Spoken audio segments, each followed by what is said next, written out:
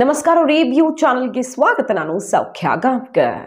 Channapatna by ಎಲೆಕ್ಷನ್ಗೆ ಸಂಬಂಧಪಟ್ಟಂತೆ big development. DK HDK ನಡುವಿನ ಸಮರ, ಇದು ಪ್ರತಿಷ್ಠೆಯ ಸಮರ. ಡಿಕೆ ಶಿವಕುಮಾರ್ ಅವ್ರಿಗೆ ಮಾಡು ಇಲ್ಲವೇ ಮಡಿ ಹೋರಾಟವೂ ಹೌದು, ಸೇಡು ತೀರಿಸಿಕೊಳ್ಳೋದಕ್ಕಿರುವಂತಹ ಏಕೈಕ ಅವಕಾಶವೂ ಹೌದು. ಒಕ್ಕಲಿಗ ನಾಯಕತ್ವದ ಸಮರದಲ್ಲಿ ಒಂದೇ ಒಂದು ಚಾನ್ಸ್ ಉಳ್ಕೊಂಡಿದೆ, ಮುಖ್ಯಮಂತ್ರಿ ಕುರ್ಚಿ ಕನಸಿಗೂ ಕೂಡ ಇದು ಒಂದು ಅವಕಾಶ ಉಳ್ಕೊಂಡಿದೆ. ಹಾಗಾಗಿ ಬಹಳ ಗಮನ ಸೆಳೀತಾ ಇದೆಯಲ್ಲ ಚನ್ನಪಟ್ಟಣ ಬೈ ಎಲೆಕ್ಷನ್. ಈಗ ಕುಮಾರಸ್ವಾಮಿ ಅವರು ಅಂತಿಮವಾಗಿ ಬಿಗ್ ಟ್ವಿಸ್ಟ್ ಅನ್ನ ಕೊಡ್ತಾ ಇದ್ದಾರೆ. ಅಭ್ಯರ್ಥಿಗೆ ಸಂಬಂಧಪಟ್ಟಂತೆ ಮಾಹಿತಿ ಮುಂದೆ ಇಡ್ತಾ ಇದೀವಿ. ಮಿಸ್ ಮಾಡಿದ್ರೆ ನಮ್ಮ ಚಾನಲ್ನ ಸಬ್ಸ್ಕ್ರೈಬ್ ಮಾಡಿ, ನಿಮ್ಮ ಅಭಿಪ್ರಾಯ ಕಮೆಂಟ್ ಮಾಡಿ ತಿಳಿಸಿ. ಒಂದ್ ಕಡೆ ಕುಮಾರಸ್ವಾಮಿ ಅವರಿಗೆ ಮಾಸ್ಟರ್ ಸ್ಟ್ರೋಕ್ ಅನ್ನೋ ರೀತಿಯಲ್ಲಿ ಹೊಸ ಹೊಸ ಪ್ರಯೋಗಗಳಾಗ್ತಿವೆ ಕಾಂಗ್ರೆಸ್ನಿಂದ, ಅಂದ್ರೆ ವಿಶೇಷವಾಗಿ ಡಿ ಕೆ ಶಿವಕುಮಾರ್ ಅವರಿಂದ ಚನ್ನಪಟ್ಟಣ ಬೈ ಎಲೆಕ್ಷನ್ ಟಾರ್ಗೆಟ್ ಮಾಡಿಕೊಂಡು ಜನತಾ ದರ್ಶನ ಅಲ್ಲಿ ಹಂತ ಹಂತದಲ್ಲೂ ನಾವು ಎಲ್ಲ ಸಮಸ್ಯೆಗಳನ್ನು ಬಗೆಹರಿಸ್ಕೊಂಡು ಹೋಗ್ತೀವಿ ಅಂತ ಭರವಸೆ ಕೊಟ್ಟಿರೋದು. 10,000 ಅರ್ಜಿ ರಿಸೀವ್ ಆಗಿದೆ, ಎಷ್ಟು ಸಮಸ್ಯೆ ಇದೆ ಅಲ್ಲಿ ಅಂತೆಲ್ಲ ವಾಗ್ದಾಳಿ ನಡೆಸ್ತಿದ್ದಾರೆ. ರಾಮನಗರ ಹೆಸರು ಚೇಂಜು, ಬೆಂಗಳೂರು ದಕ್ಷಿಣ, ಆ ಮೂಲಕ ಇದು ರಾಮನಗರ ಆಗುತ್ತೆ, ರಿಯಲ್ ಎಸ್ಟೇಟ್ ಮತ್ತೊಂದು ನಿಮ್ಮ ಜಮೀನಿಗೆ ಸೈಟ್ಗೆ ಸಿಕ್ಕಾಪಟ್ಟೆ ಬೆಲೆ ಬರುತ್ತೆ ಅನ್ನುವ ಮೂಲಕ ಚನ್ನಪಟ್ಟಣವನ್ನೂ ಕೂಡ ಅಲ್ಲಿನ ಜನರನ್ನ ಹಿಡಿದಿಡುವಂತಹ ಪ್ರಯತ್ನ ಎಲ್ಲ ಆಗ್ತಾ ಇದೆಯಲ್ಲ. ಈ ಹೊತ್ತಲ್ಲಿ ಬಿಜೆಪಿ JDS ಒಂಚೂರು ನಾವು ಮೈ ಮರೆತರು ದೊಡ್ಡ ಸಮಸ್ಯೆ ಆಗಬಹುದು, ಮೈತ್ರಿ ಲೆಕ್ಕಾಚಾರ ತಲೆ ಕೆಳಗಾಗಬಹುದು ಅನ್ನೋದನ್ನ ಚೆನ್ನಾಗಿ ಅರ್ಥ ಮಾಡ್ಕೊಂಡು ಈಗ ಅಂತಿಮ ನಿರ್ಧಾರಕ್ಕೆ ಬಂದಿರೋದು. ಮೊನ್ನೆ ಅಷ್ಟೇ ಮೊದಲು ಯೋಗೇಶ್ವರ್ ನಾನೇ ಅಭ್ಯರ್ಥಿ ಅಂದ್ರು, ಅದಾದ್ಮೇಲೆ ಕುಮಾರಸ್ವಾಮಿ ಅವರು ಇನ್ನೂ ನಿರ್ಧಾರ ಆಗಿಲ್ಲ, ಆ ರೀತಿ ಏನು ಇಲ್ಲ ಅಂದ್ರು. JDSನವ್ರು ಮೀಟಿಂಗ್ ಮಾಡಿದ್ರು ಸ್ಥಳೀಯ ನಾಯಕರದ್ದು. ಯೋಗೇಶ್ವರ್ ಅಭಿಪ್ರಾಯ ಪಡ್ಕೊಂಡೆ ನೀವು ಮುಂದುವರಿರಿ, ಎಲ್ಲರೂ ಒಟ್ಟಾಗಿ ಹೋಗಿ ಏನಾದ್ರೂ ಆಗ್ಲಿ, ಮೈತ್ರಿ ಮಾತ್ರ ಸಮಸ್ಯೆ ಆಗಬಾರ್ದು ಅಂತ ಕಟ್ಟುನಿಟ್ಟಾಗಿ ಅವರು ಹೇಳ್ಬಿಟ್ಟಿದ್ದಾರೆ, ಬಿಜೆಪಿ ಅವರು ಹೇಳ್ಬಿಟ್ಟಿದ್ದಾರೆ. ಯಾಕಂದ್ರೆ ಅದು ಈ ಎಲೆಕ್ಷನ್ಗೆ ಸೀಮಿತ ಅಲ್ಲ, ಲೋಕಲ್ ಎಲೆಕ್ಷನ್ ಮುಂಬರುವಂತಹ ವಿಧಾನಸಭಾ ಚುನಾವಣೆಯವರೆಗೂ ಈ ಮೈತ್ರಿ ಗಟ್ಟಿಯಾಗಿ ಮುಂದುವರಿಸ್ಕೊಂಡು ಹೋಗುವಂತ ಮಾಸ್ಟರ್ ಪ್ಲಾನ್ ರೆಡಿ ಆಗಿದೆ. ಹಾಗಾಗಿ ಚನ್ನಪಟ್ಟಣದಲ್ಲಿ ಹೆಚ್ಚು ಕಮ್ಮಿ ಆದ್ರೆ ಮೈತ್ರಿಗೂ ಹೆಚ್ಚು ಕಡಿಮೆ ಆಗ್ಬಿಡಬಹುದು. ನೋಡಿ, ಈಗ JDSನವರ ಮೀಟಿಂಗ್ ಮಾಡಿದ್ದಾರೆ, ಆ ಮೀಟಿಂಗ್ಗೆ ಯೋಗೇಶ್ವರ್ ಅವರು ಹೋಗಿದ್ರು.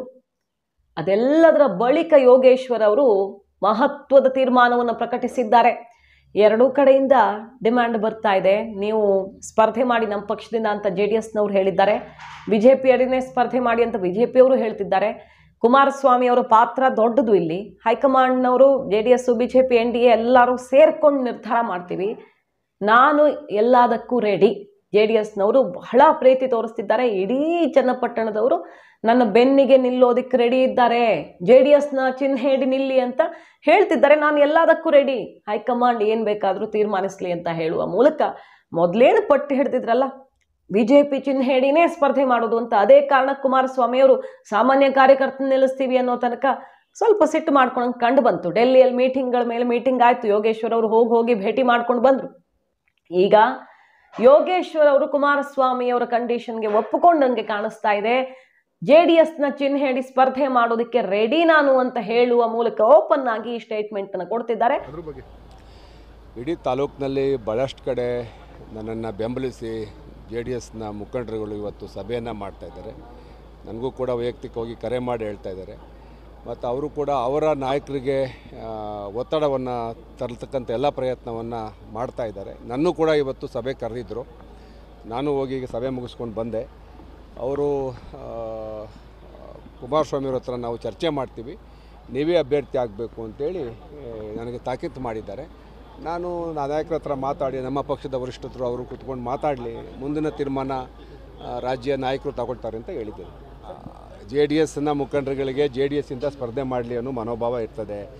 BJP ಮುಖಂಡರುಗಳಿಗೆ ನಮ್ಮ ಪಕ್ಷದಲ್ಲಿ ನಾವು ಮೊದಲಿಂದ ಕೆಲಸ ಮಾಡ್ಕೊಂಬಂದಿದ್ರಿ, ನಮ್ಮ ಚಿಹ್ನೆಯಲ್ಲಿ ಮಾಡಿ ಅಂತ ಇವರು ಹೇಳ್ತಾ ಇದ್ದಾರೆ. ಇದನ್ನೆಲ್ಲನೂ ನಮ್ಮ ಪಕ್ಷದ ಎರಡು ಪಕ್ಷದ ಮುಖಂಡರುಗಳು ಕುಳಿತು ಚರ್ಚೆ ಮಾಡಿ ಸೂಕ್ತ ನಿರ್ಧಾರ ತಗೊಳ್ತಾರೆ ಅನ್ನೋ ಒಂದು ವಿಶ್ವಾಸ ನನಗಿದೆ. ಯಾವುದೇ ನಿರ್ಧಾರಕ್ಕೆ ಬದ್ಧ ಆಗ್ತೀರಾ? ಯಾವುದೇ ನಿರ್ಧಾರಕ್ಕೆ ಬದ್ಧವಾಗಿದೆ. ಸೊ JDS ಯಾಕೆ ರೆಡಿ ಇಲ್ಲ? ಅದು ಅವ್ರ ಕ್ಷೇತ್ರ, ಗೆದ್ದಿರೋ ಕ್ಷೇತ್ರ, ಹೆಂಗ್ ಬಿಟ್ಕೊಡಕ್ಕಾಗತ್ತೆ? ಬೆಂಗಳೂರು ಗ್ರಾಮಾಂತರದಲ್ಲಿ ಬಿಜೆಪಿ ಚಿಹ್ನೆಯಡಿ ಮಂಜುನಾಥ್ ಅವ್ರನ್ನ ಗೆಲ್ಲಿಸಿದ್ದಾಯ್ತು, ಒಂದ್ ರೀತಿಯಲ್ಲಿ ಬಿಜೆಪಿ ಪ್ಲಸ್ ಆಯ್ತಲ್ವಾ ಆ ಕ್ಷೇತ್ರ. JDS ದೊಡ್ಡ ಬಲವನ್ನು ತುಂಬತಲ್ಲ. ಈಗ ಚನ್ನಪಟ್ಟಣವನ್ನು ಕಳ್ಕೊಂಡು ಬರೋ ಚುನಾವಣೆಯಲ್ಲಿ ನಾವು 1 ಸೀಟ್ ಲೆಸ್ ಮಾಡ್ಕೊಂಡು, ಅದರಲ್ಲೂ ನಮ್ಮ ಬಲ ಇರುವಂತಹ ಕ್ಷೇತ್ರ ಯಾಕೆ ಬಿಟ್ಕೊಡೋಣ? 28ರಲ್ಲೂ ಸಮಸ್ಯೆ ಆಗುತ್ತೆ ಈಗ ಬಿಜೆಪಿಗೆ ಬಿಟ್ಕೊಟ್ರೆ. ಹಾಗಾಗಿ ಅಭ್ಯರ್ಥಿ ಯಾರಾದ್ರೂ ಇರ್ಲಿ JDSನಿಂದಾನೇ ಆಗಬೇಕು ಅನ್ನುವ ಕಂಡೀಷನ್ ಇತ್ತು ಕುಮಾರಸ್ವಾಮಿ ಅವ್ರದ್ದು. ಅದಕ್ಕೀಗ ಹಠ ಬಿಡದೆ ಸಾಧಿಸಿದ್ದಾರೆ. ಹೈಕಮಾಂಡ್ ಕೂಡ HDK ಮೇಲೆ ಬಿಟ್ಟಿತ್ತು, ಇಲ್ಲೊಂದು ಪರಿಶೀಲನೆ ಮಾಡಿ ಗ್ರೌಂಡ್ ರಿಪೋರ್ಟ್ ಅನ್ನ ಕಲೆ ಹಾಕಿ ಹೈಕಮಾಂಡ್ ಕಳಿಸಿದ್ದಂತಹ ಟೀಮು ಮೈತ್ರಿ ವರ್ಕೌಟ್ ಆಗತ್ತೆ ಮತ್ತು ಯೋಗೇಶ್ವರ್ ಬೆನ್ನಿಗೆ ಬಲ ಇದೆ ಅನ್ನುವ ರಿಪೋರ್ಟ್ ಕೊಟ್ಟ ಮೇಲೆ JDS ನ ಚಿಹ್ನೆ ಹಿಡಿ ಯೋಗೇಶ್ವರ್ ನಿಲ್ಲಿಸೋದು ಬೆಸ್ಟ್ ಆಪ್ಷನ್ ಅನ್ನೋದನ್ನ ಹೈಕಮಾಂಡು ಅರ್ಥ ಮಾಡ್ಕೊಂಡಿದೆ. ಹಾಗಾಗಿ ಬೇರೆ ದಾರಿ ಇಲ್ಲದೆ ಈಗ ಯೋಗೇಶ್ವರ್ ಕೂಡ ಅದನ್ನ ಒಪ್ಪಿಕೊಂಡಿರೋದು ಮೈತ್ರಿಗೆ ದೊಡ್ಡ ಬಲವನ್ನ ತಂದುಕೊಡೋದು ಗ್ಯಾರಂಟಿ.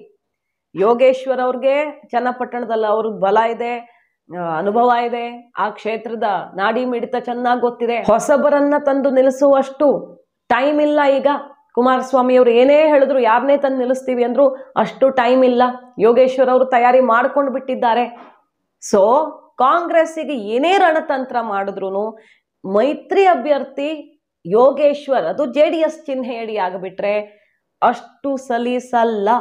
ಯಾಕಂದ್ರೆ ಕಾಂಗ್ರೆಸ್ ಅಲ್ಲಿ ದೊಡ್ಡ ಅಸ್ತಿತ್ವ ಹೊಂದಿಲ್ಲ. ಅಲ್ಲಿ ಮ್ಯಾಕ್ಸಿಮಮ್ ವೋಟ್ ಇತ್ತೀಚೆಗೆ ಪಡ್ಕೊಂಡಿದ್ದೆ 30,000 HM ರೇವಣ್ಣನವರು ನಿಂತಾಗ. ಅದು ಬಿಟ್ರೆ 10-20 ರೇಂಜ್ ಅಲ್ಲೇ ಪಡ್ಕೊಂಡಿರೋದು.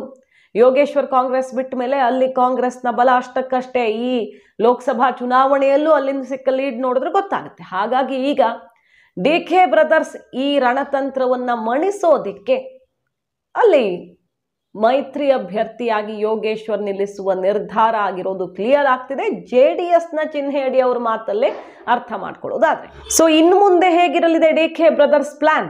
ಯೋಗೇಶ್ವರ್ ಕಟ್ಟ ಹಾಕೋದಿಕ್ಕೆ DK ಯಾವ ರಣವ್ಯೂಹವನ್ನ ರಚಿಸಲಿದ್ದಾರೆ ಅನ್ನೋದನ್ನ ಕಾದು ನೋಡ್ಬೇಕು. ಮಾಹಿತಿ ನಿಮ್ಗೆ ಇಷ್ಟ ಆಗಿದ್ರೆ ಮಿಸ್ ಮಾಡದೆ ನಮ್ಮ ಚಾನಲ್ನ ಸಬ್ಸ್ಕ್ರೈಬ್ ಮಾಡಿ, ನಿಮ್ಮ ಅಭಿಪ್ರಾಯ ಕಮೆಂಟ್ ಮಾಡಿ ತಿಳಿಸಿ. Thank you.